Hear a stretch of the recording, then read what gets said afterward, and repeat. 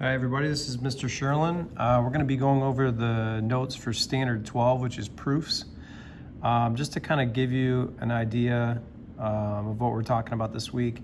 So a proof is going to be a logical argument or a step-by-step process to show that something is true, to show in this case that one of our geometric concepts is going to be true. Specifically later on we're going to be talking about this theorem for overlapping segments, and then on the other side we're going to talk about a similar theorem that has to do with overlapping angles. Before we get started, there are some properties that we're going to talk about. First we're going to talk about properties of equality that are going to deal with equal quantities. So let's go ahead and get started. The first property, the addition property, says that if A equals B, then A plus C equals B plus C. So essentially this property is just saying if you start off with two things that are equal, then adding the same thing to both of them is still going to be an equal quantity. And the properties that follow after this are going to be really similar, just using different operations. We start off with the subtraction property with the same beginning. We say if A equals B, then A minus C equals B minus C. So if A and B are equal, then we can subtract the same thing from them, and that's still going to be equal.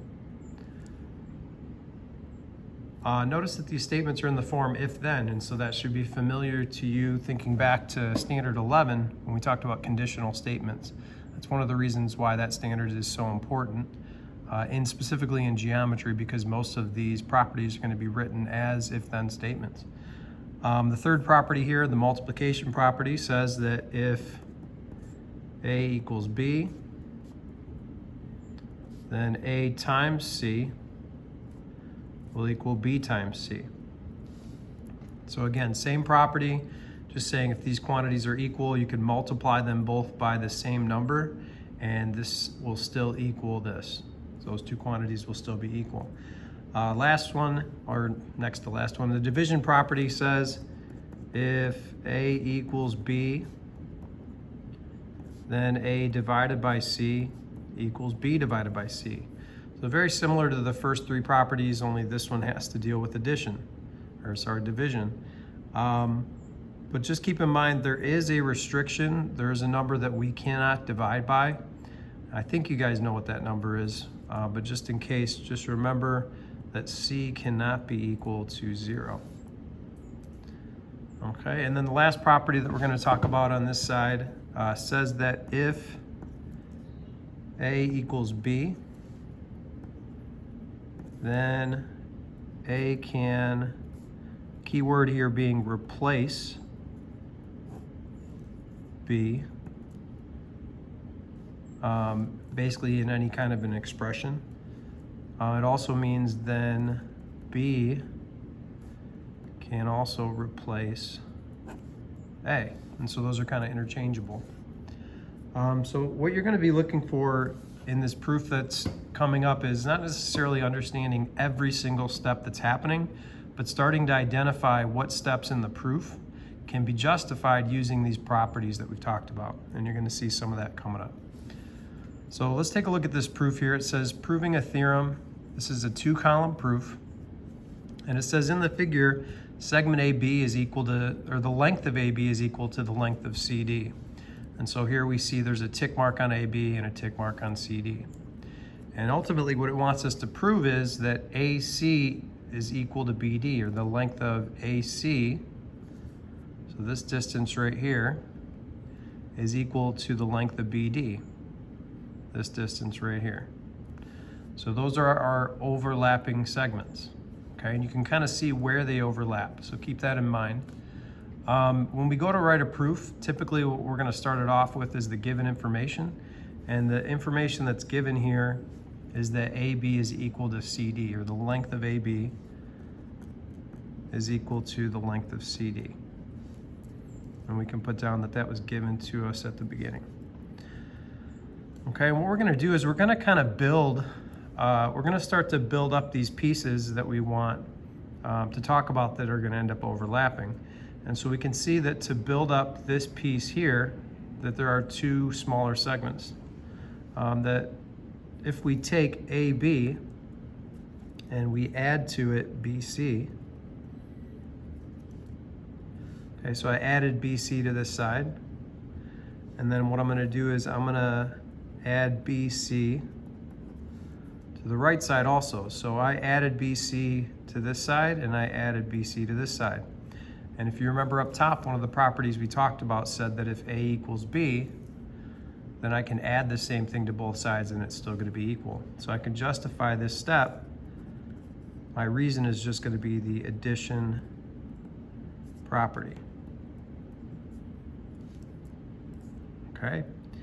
Next, what I'm going to go ahead and do is I'm going to rewrite this quantity of AB plus BC, and I'm going to go ahead and say what that makes. AB plus BC combined together makes AC. We know this because one of the postulates that we talked about earlier in an earlier section was we had this statement that AB plus BC equals AC, and that was from the segment addition postulate.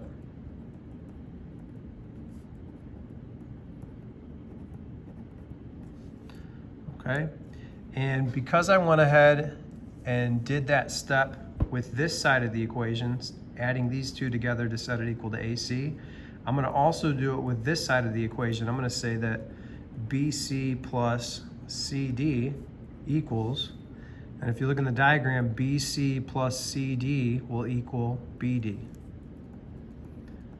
Because that's a similar step there, my reason for this is also that is the segment addition postulate.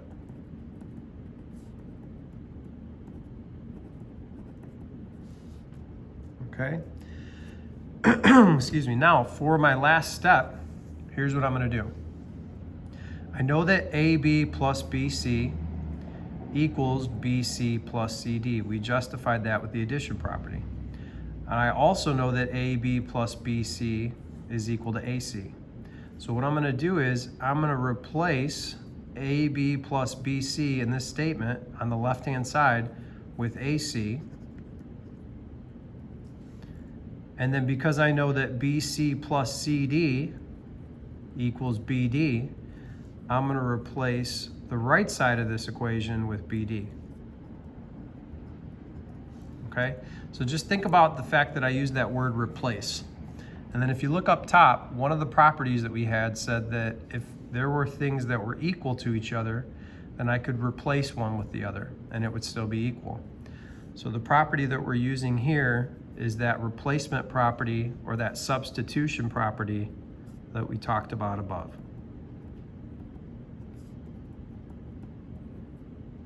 Okay, and if you look, we finished the proof. So we started off knowing that AB was equal to CD, and then by building up this piece AC and this piece BD and using these logical steps, I'm able to finally say that those overlapping segments are going to be congruent or have the same length. So that was kind of an introduction or a first proof. Again, don't expect to understand necessarily how to do every single step in this proof right now, but be thinking about, what does the addition property look like in a proof? When might I be using the substitution property? And also that some of those properties that we've already talked about are going to show back up in a few of these proofs. So hopefully, at least some of those or most of those steps make good sense to you. So let's go ahead and take a look at the bottom of the page. We've got a few definitions still to talk about. One of them is theorem. So a definition for a theorem is going to be a statement that has been proven deductively.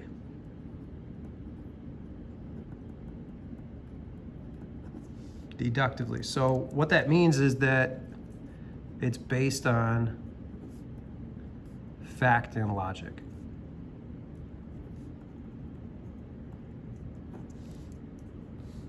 Okay. Actually, what we proved up here, this proof was for a theorem. This is a statement now, so by saying if AB equals CD in this diagram, that those overlapping segments are congruent, I've now proven that statement using deductive reasoning, or using reasoning based on fact and logic, with these steps in order, making a logical argument. We're going to go ahead and skip paragraph proof. It's not a big focus in this standard that we're going to spend time on. But we are going to go ahead and just summarize what we proved in this proof above. So the overlapping segments theorem, with regards to this diagram on the right, says that if AB equals CD, then AC equals BD.